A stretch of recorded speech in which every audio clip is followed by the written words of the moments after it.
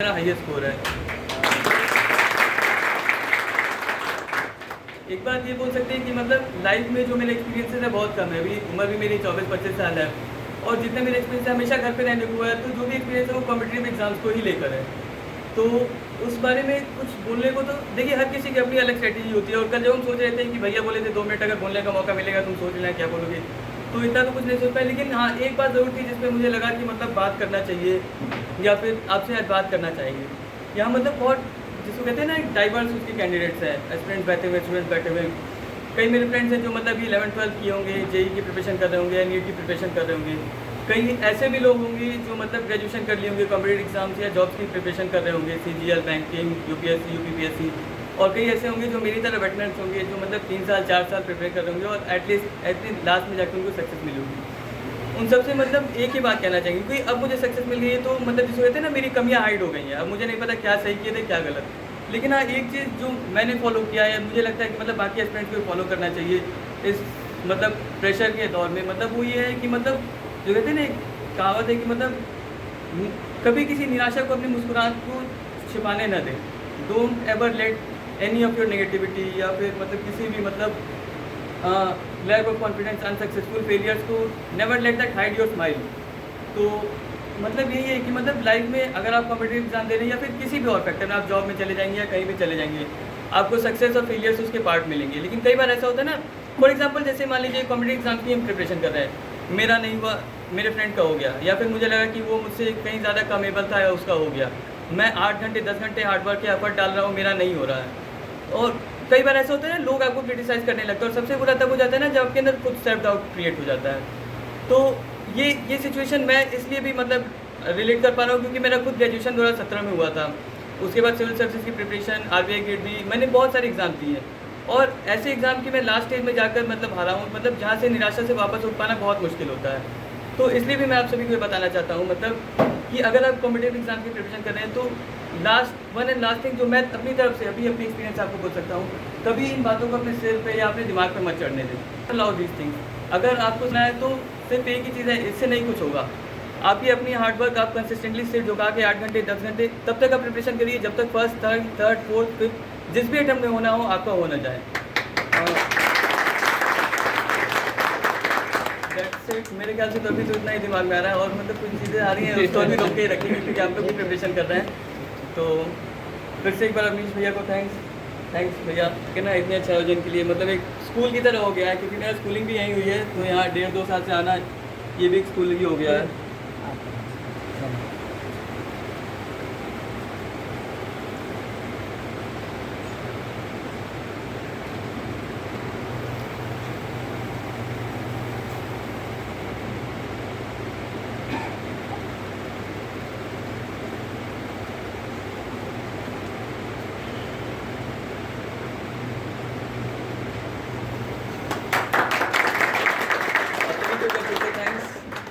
चलिए, इसी क्रम में हमारे संस्कृत आईएएस के डायरेक्टर चंदू सर आपको कुछ मोटिवेट करेंगे। देखिए, सबसे सिंपल सी बात है, सक्सेस का सिर्फ एक मतलब होता है, सही दिशा में और कठिन परिश्रम। मैं यहाँ देखता हूँ, चूँकि कई लाइब्रेरी में देख रहा हूँ, जाता हूँ हर जगह लाइब्रेरी है, लेकिन दिल्ली की लाइब्रेरियाँ जो हैं वो अलग हैं, यहाँ की लाइब्रेरियाँ अलग हैं। लाइब्रेरी का कंस्ट्रक्शन अलग नहीं है बल्कि लोग अलग हैं। मैं देखता हूँ कि एक बात आपको बता दूँ कि लोग पढ़ने ज़रूर आते हैं लेकिन पढ़ते नहीं हैं। जब आप इस लाइब्रेरी में 3rd फ्लोर पे या 4th फ्लोर पे जो भी हो, मैं देखता हूँ कि एक ही लड़का बार बार उतरता है, बार बार जा जाता है, तो उसका लाइब्रेरी का कोई मतलब नहीं बनता है। आप लाइब्रेरी के लिए आए हैं तो आप लाइब्रेरी में बैठिए, 8 घंटे के लिए बुक किया है तो 8 घंटे आपकी सिटिंग पावर होनी चाहिए। सिटिंग पावर बहुत आपके पास पावरफुल होना चाहिए, तब जाके सक्सेस मिल पाएगी। जैसे हमारे इस मित्र ने कहा कि सक्सेस के लिए जो है कभी आप अपने ऊपर डिमेरिट को हावी ना होने दें। आप लगातार परिश्रम करते रहें और जब तक लगातार परिश्रम वो ना कर लें, जब तक आपको सफलता ना मिल जाए तब तक आपको हार माननी नहीं चाहिए। क्योंकि अभी ये है सबके पास ये है, चाहे आप सिविल का प्रिपरेशन करते हो, चाहे बैंक का, या आप एक एसआई का, या आप यूपीपी का, या आप किसी भी चीज़ का प्रिपरेशन करते हो, तब तक आपको मंजिल नहीं मिल जाती, तब तक आपको सही दिशा में डायरेक्शन करना चाहिए। और सबसे बड़ी बात है, इंटरनेट की दुनिया में तो बाबा सभी लोग हैं, जानकार सभी लोग हैं, लेकिन थोड़ा सा अपने ऊपर से बाबा का जो है रूप हटा दीजिए और कठिन परिश्रम करिए। मुझे लगता है कि हर एक व्यक्ति अपने भाग्य का निर्माण कर सकता है। वो आईएएस भी हो सकता है, वो बैंक क्लर्क भी हो सकता है, वो पीसीएस भी हो सकता है, वो आईपीएस भी हो सकता है, वह रेलवे का अधिकारी भी हो सकता है, वो जो चाहे वो टीचर भी हो सकता है, और वो रोड पर मूंगफली भी बेच सकता है। वो स्वयं अपने भाग्य का निर्माण कर सकता है। अगर आप कठिन परिश्रम करेंगे, सही दिशा में करेंगे, तो निश्चित ही सफलता आपको मिलेगी। ये जीवन का सबसे मूल मंत्र है, कठिन परिश्रम सही दिशा में। धन्यवाद।